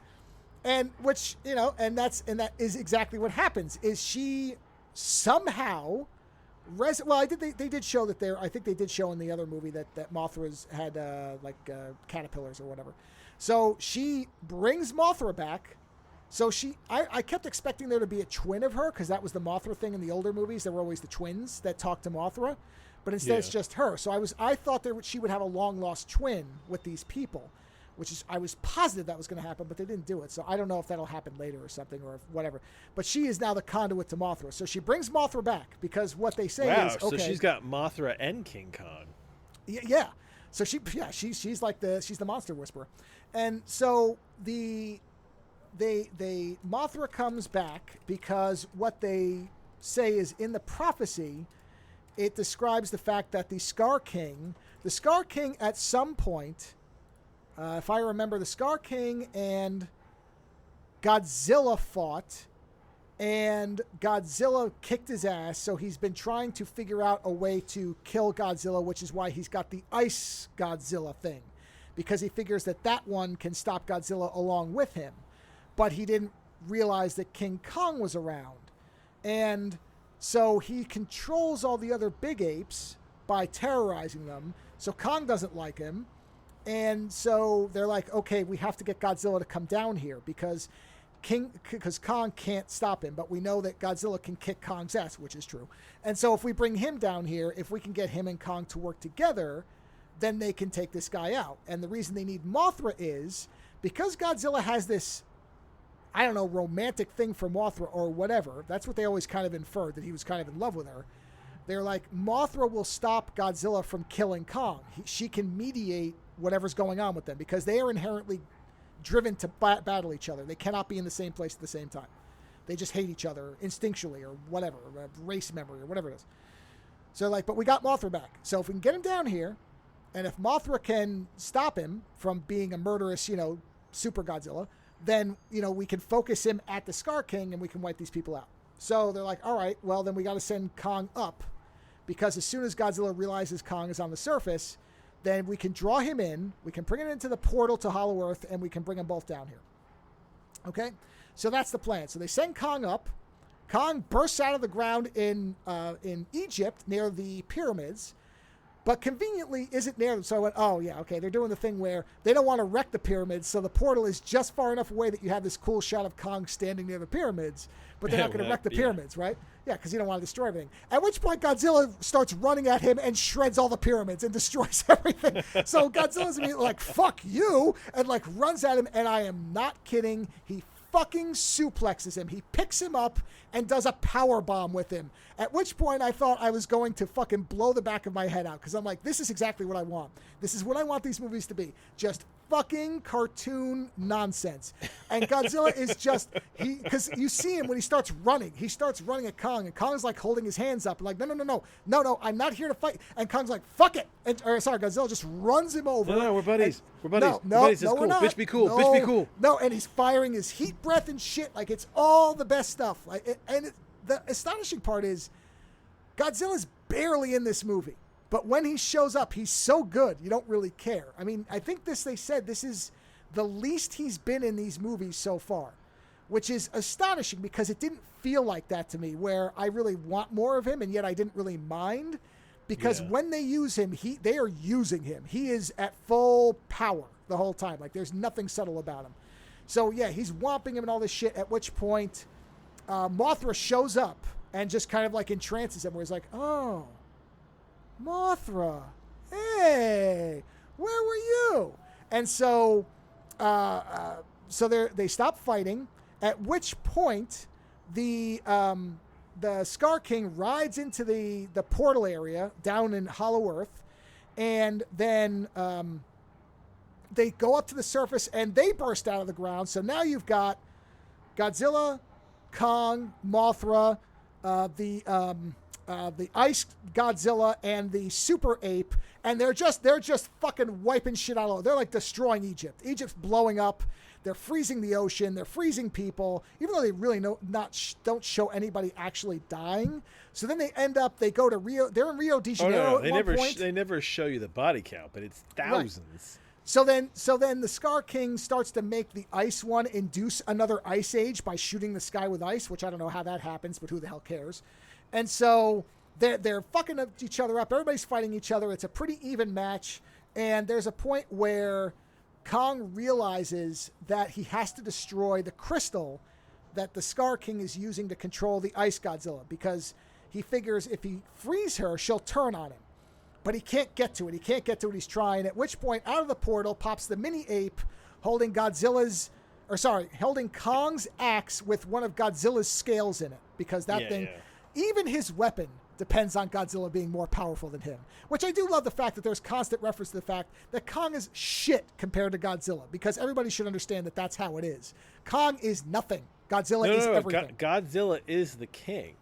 He is. And the only reason that King Kong survived the last one is because of Mechagodzilla and the fact that he had the axe. But even with the axe, he was getting his ass kicked. He would eventually lose. So the little ape throws it to Kong. Kong smashes the crystal, at which point the Ice Godzilla turns on Scar, freezes him solid. Kong grabs him and smashes him into a bunch of bloody pieces. And then Godzilla basically shoots his breath into the sky, which melts the ice age that was starting, whatever, and kind of looks at Kong and is like, yeah, all right. Because Mothra's still around, so he's like, all right. She says you're all right. I'll let it go this time. He's like, I'm going back to my fucking bed in Italy.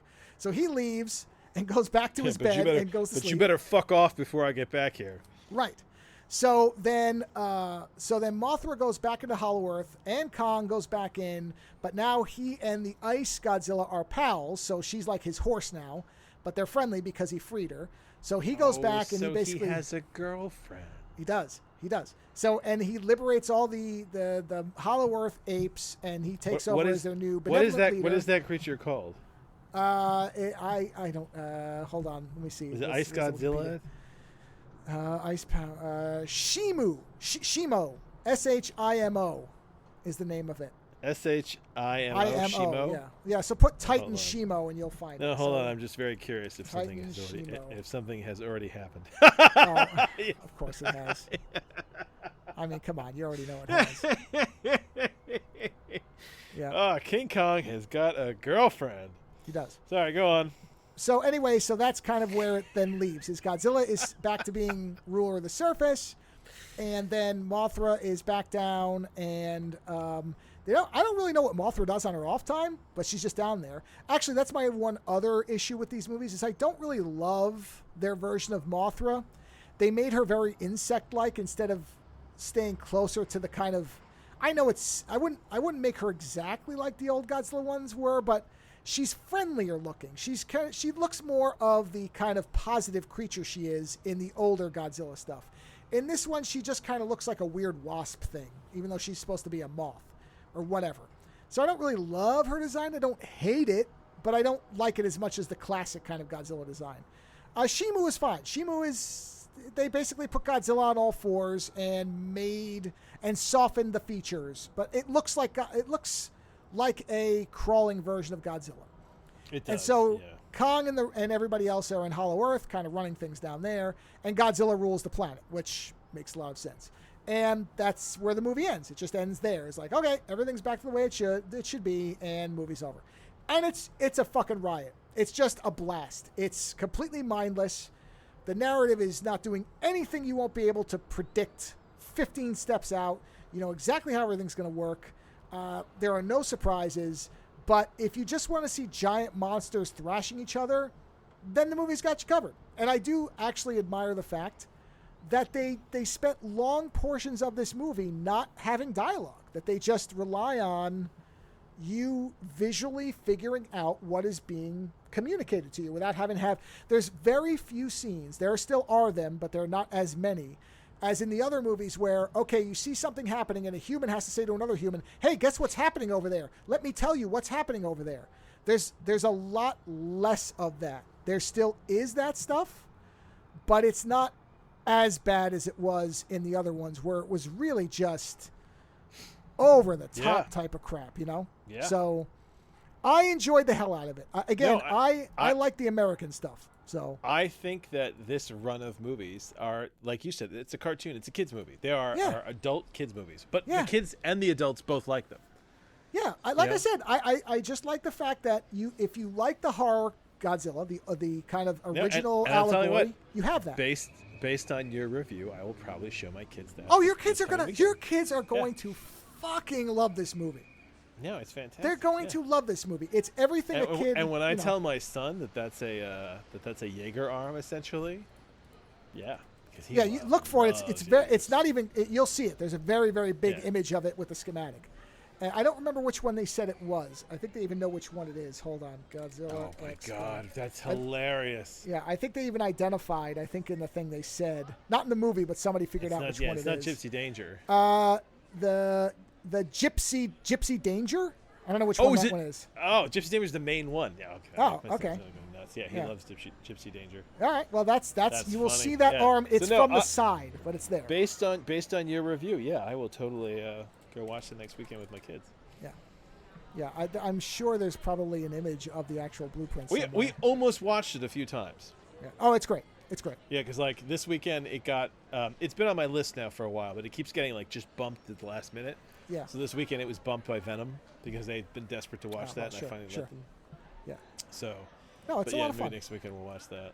It's a lot of fun. Like I said, it's very mindless. They're gonna probably love the Dan Stevens character because he is delightful. No, they're gonna love Godzilla. Well, actually, and King Kong. they'll like them, but I think they're gonna like the podcast guy because They don't give a shit about the humans, man.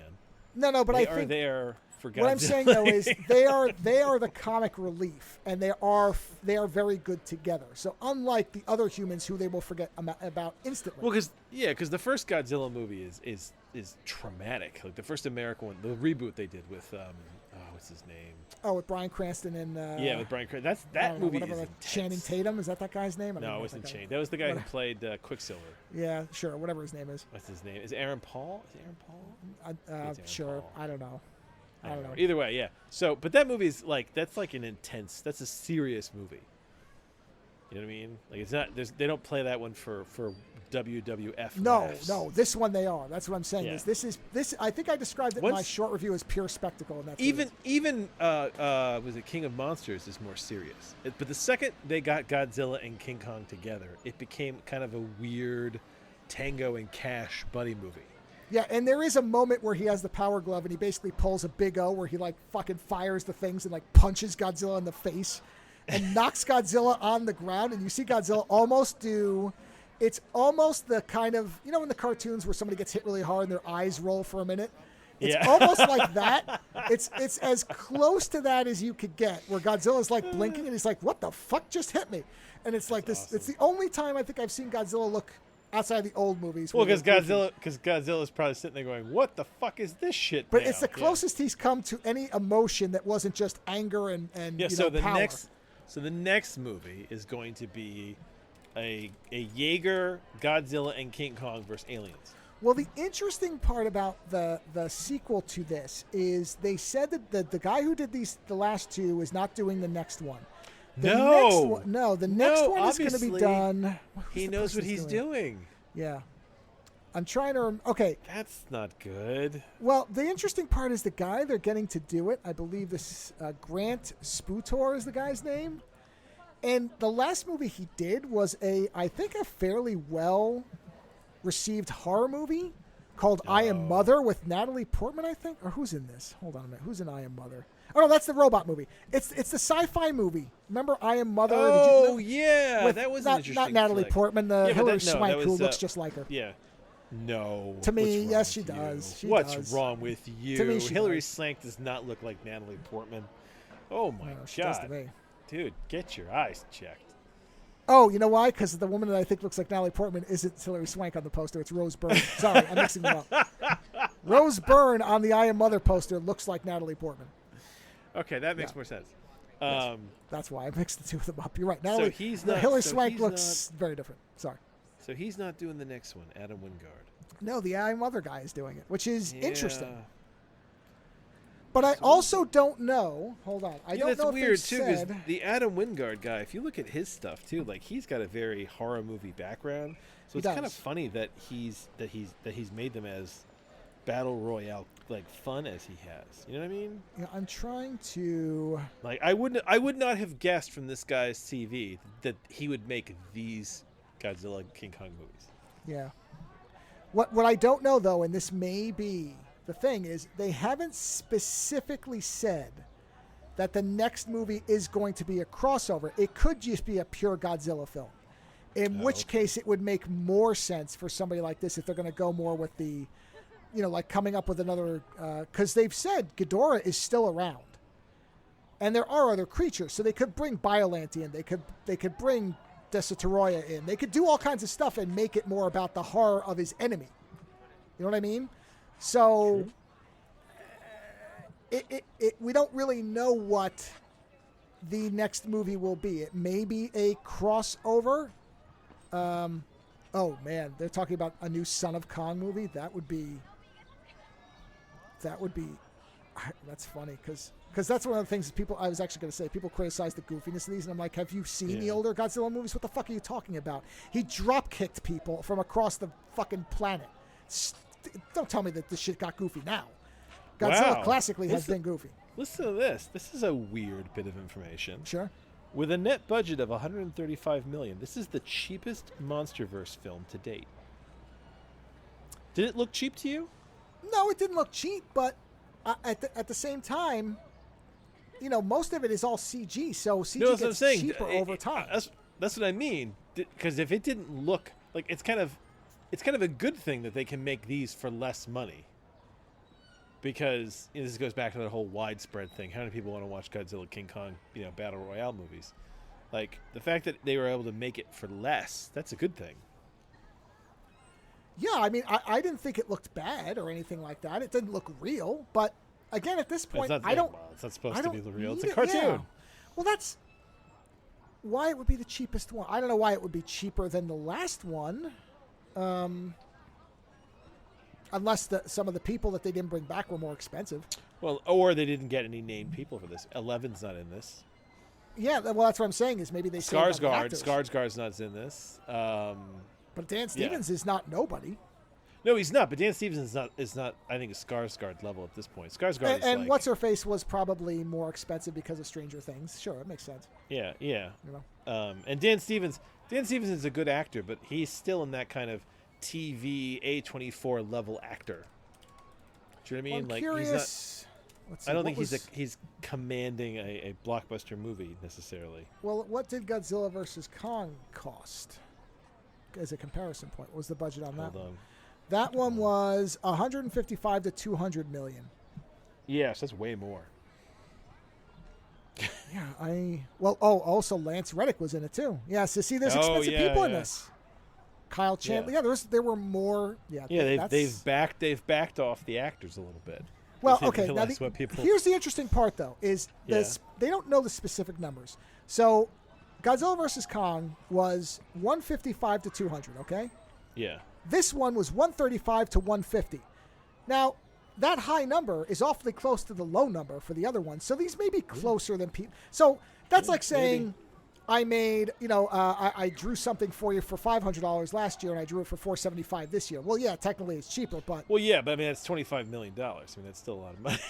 I'm not saying it isn't, but that makes sense that if they just cut some of the higher priced actors, there's your savings. Yeah. That's why it doesn't look any different because the CG's the same. Well, they listen. The director put the money in the right place. Right, and because here's the thing: there are great actors out there who are not named actors. Not to mention, at this point, I'm sure they have basically the wireframes and everything for these. They know the monsters now. They don't have to whip up new CGs of these. They could just change some colors and make them do the same things. So, again, the economy kind of repetition of something will make it cheaper. So, it makes sense. But the bottom line is it's a lot of fun. It's a lot of fun. It's exactly it feels like it could have taken place 10 minutes after the last one as far as it's the same kind of feel to it. And I do appreciate that maybe because they dumped some of the higher priced people, there's less people in it. So it's more about, especially if you like the Kong character, you're going to love it even more than I did because these are clearly Kong movies, even though Godzilla's name comes first, as it should. But they're definitely more Kong films than they are Godzilla films. And I know somebody's going to say, well, it's because, you can't really relate to Godzilla. Fuck you. I don't care. I don't want to relate to Godzilla. I want to watch him thrash shit. So I really do want another movie that's sort of King of the Monsters with less of the human bullshit. Give me Godzilla fighting big-time monsters. Because the reality is, in this movie, if not for the fact that they made up an ice version of him, there would be no threat. Those apes, I mean, he almost kills the Scar King himself a couple of times. The only reason he can't is because he gets tied up with the ice lizard. But outside of that, he was about to atomic breath the Scar King into some burned pieces of fur. Well, listen, at the end of the day, King Kong is the king of monsters. Yeah. Yeah. So that's what it comes down to. And that's why you can't write him. That's the reason they don't have him as the lead. This is the Superman problem, right? Which is that when you have a character who's that powerful, it takes deft writing to figure out a skillful way to use that character. In this case, they created a counterpart that had a alternate power. Yeah. Right? Yeah. But Godzilla is so powerful. Yeah. It'd be interesting if they did a movie about a depowered Godzilla where he loses his atomic breath and he has to go through a midlife crisis. Where he wanders the world just, living off of his muscles alone. Until he gets it back at the end. There's a couple of it's not as if Godzilla can't be countered. He can. There's different ways to do it. The obvious ways to do it. He gets his ass kicked pretty good in King of Monsters at times. Yeah, well, that's the thing is if they bring I can't never remember if it's supposed to be Ghidorah or Ghidorah. I don't really care. I'll say Ghidorah. Ghidorah is a good threat for him because Ghidorah is an alien. So, and that also leads to Space Godzilla could also take him on because Space Godzilla is him but space powered. So Space Godzilla's got giant crystals that power it.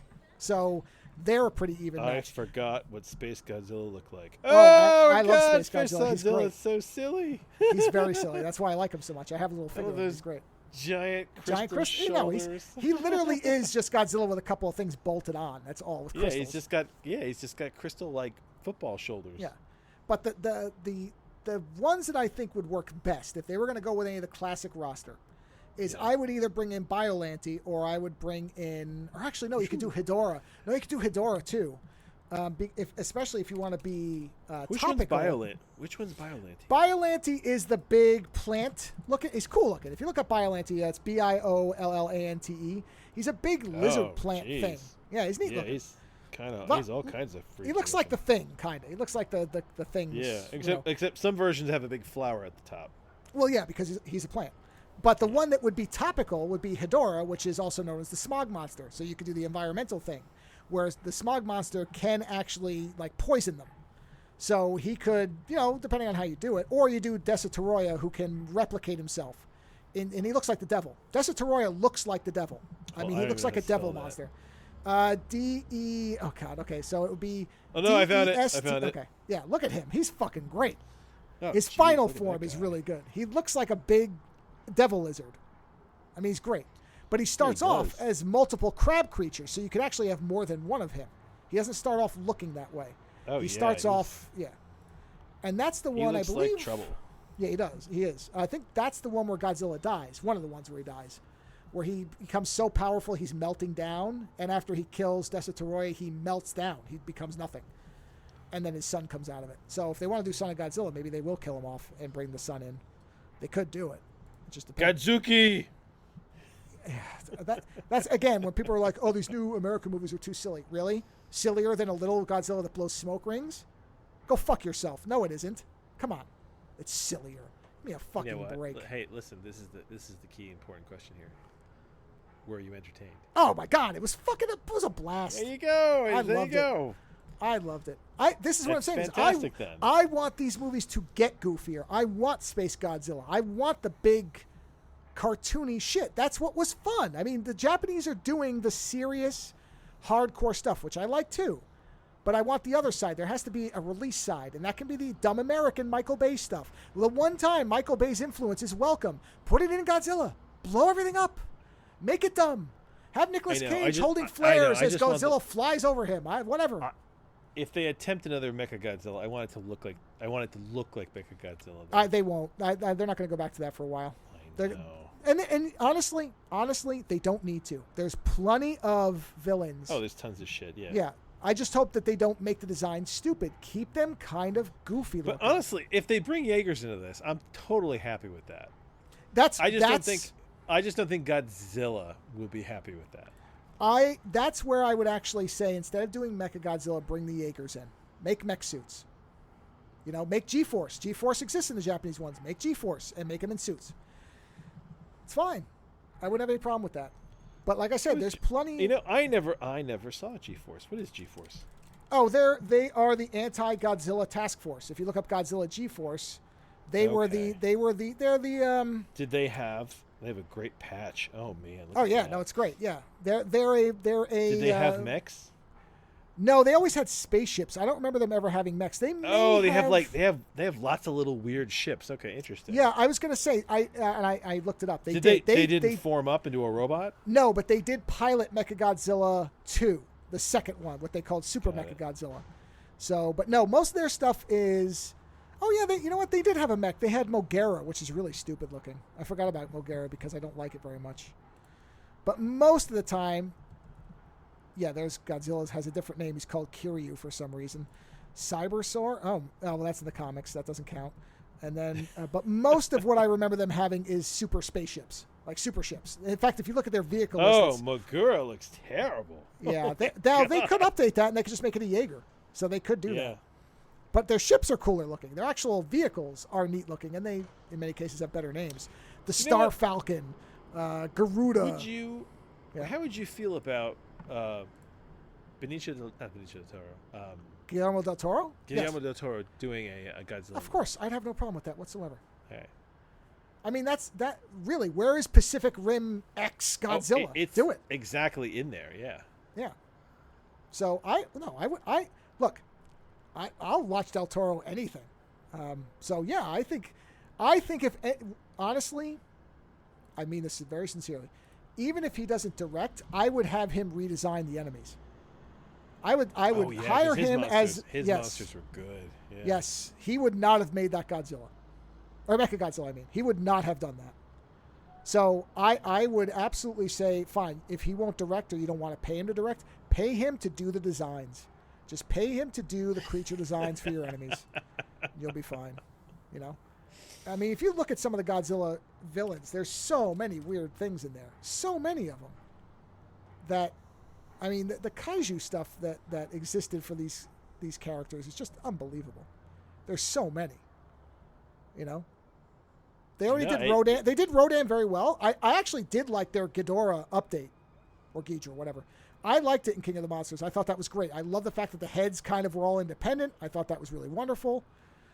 So it's not like they can't do good redesigns. Mechagodzilla was just a disgrace, though. It was terrible. I mean, that was so bad that it's really astonishing that nobody figured out that was very bad. But, you know what? But here's the thing. My kids didn't care. Yeah. I think that's the part is that I think you got a lot of people that he's just a big mechanoid villain. They don't care. You don't realize something is bad until you see something that's really good. Well, what I was about to say though is if you were to show your kids what Mechagodzilla looks like in the older ones, I bet they wouldn't be as impressed anymore. If you were to say, here's what the Japanese one looks like. My son wanted it to look like a Jaeger, but that's his Pacific Rim is his. But that's Mechagodzilla, the old one. If you showed him the old Mechagodzilla suit, he'd say, that's closer, what I want it to he's look like. closer to that, but yeah. Yeah. Well, because he effectively is just Godzilla, but metal. No, the fact that there's a Jaeger arm, I mean, that just says everything for me. So they could bring in Mecha Ghidra. They did it before. That's how they resurrected him in the older movies. And they just yeah, Mecha. Look up Mecha King Ghidorah. Hold up. Look that thing up. He's amazing looking. He's fucking fantastic. Mecha King Ghidorah. Ghidorah. Yeah, look at that motherfucker. Tell me your kids wouldn't go bonkers if they made an updated. God. He's got the metal archangel wings. He's got a central metal head with the body. Yeah, he's great. Central metal body. Yeah. Yeah, that's how they brought him back after Godzilla killed him the first time. They fucking meched him. It's great. And Godzilla fucks him up again. It's wonderful. Oh, look, and he's on the list of 10 villains that should appear in the MonsterVerse. Let's see what they put. Anguirus. Yeah, I know. Everybody loves Anguirus. I'm not the biggest fan. That's okay. Megagyrus. Yes. That's basically evil Mothra. Which one's... Oh, okay. Got it. Here. I'll say. No, that makes sense. That makes sense. And then they've got... Let's see. Who comes after Megagyrus? Orga. I don't even remember Orga. Orga just looks like a generic alien. Hedorah. There you go. Hedorah, the smog monster. Oh, Orga looks good. Honestly, Orga designed by Del Toro would be amazing. Sure. Oh, there you go. Hedorah, Mecha King Ghidra, Space Godzilla, Biollante, Desitoroya, and Gigan. Or Gigan. I don't know how you're supposed to pronounce that. Gigan's kind of... I guess. Gigan's kind of a... I mean, he's got blades for arms. He looks like a Rob Zombie Godzilla villain to me. And then, of course, number one is... Space Godzilla's got, like, crystal football shoulders. I know, but he's still cooler looking because he's basically just Godzilla, but, crystallized. And he's got red eyes. So wait, so is what's her name? Yeah. Omi or the Ice Godzilla, is that a... Shimu. I think it's an invention. Is Shimu an actual MonsterVerse character, or is this a new I think character? so. Yeah, I'm pretty sure they invented that for the new movies. I think she's a new MonsterVerse character, whatever you want to call it. Yeah. Yeah, but yeah, if you look at the bottom of that list I sent you, look at Mechagodzilla. That's a Jaeger. It's just in 70s. Oh yeah, Jaeger. I know. So yeah, if you showed your son this and said, well, would you like to see this instead of the one they had in the movie? He'd probably say, yeah, it looks like a person. Yeah, I mean, I hope that somebody figures out how to do a crossover. Me too. And I think they can because Pacific Rim, it was all about portals anyway, right? But that's what I'm saying. It's such an easy thing to do. Just gotta get the studios to go for it. So. Well, anyway, on that note, I think we've covered everything, and all of our stuff was recommendations. So, no bad things this time. That's good. Yeah, no, everything was positive. That's good. That's good. We don't do that very often. So yeah, that's great. So before we somehow doom it, go watch either what was that long title? The Untold Deeds of the Hirsute Gentleman. What is it? The ungentlemanly behavior. Yes. That's it. Yeah, I've linked it. It's linked in the show notes. It's linked. Okay. Go watch that long titled thing by Guy Ritchie, or go watch Godzilla Collaboration Kong because that's really fun. It's a different mood. I'll tell you that. It's very different. Yeah, I mean, that's not necessarily a but double both, feature. but both are just entertaining films. Yes, pure entertainment. Don't expect you to do much. Yeah. Let me tell you something. If you don't want to think for a little under 2 hours, Godzilla, and that is your that is it. That one's got me beat. Yeah. That is pure. Just you can occasionally get up and go to the bathroom, and you won't miss anything. Just don't miss any parts where Godzilla's on screen, because that's all the battling stuff. So if you see people talking, you can go to the bathroom. You'll be all right. You can come back. You'll figure the rest out.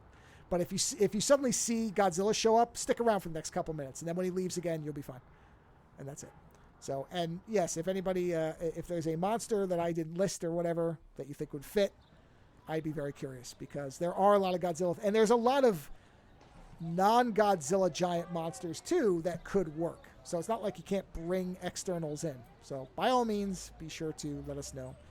But on that note, whatever you do, have an entertaining weekend, and we will talk to you again next week. Visit OzoneNightmare.com to subscribe to new episodes, browse through our back catalog, or to find links to support the show. Follow @OzoneNightmare on Twitter for the latest episode postings and other show information. If 280 characters just isn't enough, you can always email us, theozonenightmare@gmail.com. The opening theme for the show is provided by Heartbeat Hero. The closing theme is provided by Ogre. Please visit and support these artists using the links in the show notes for each episode.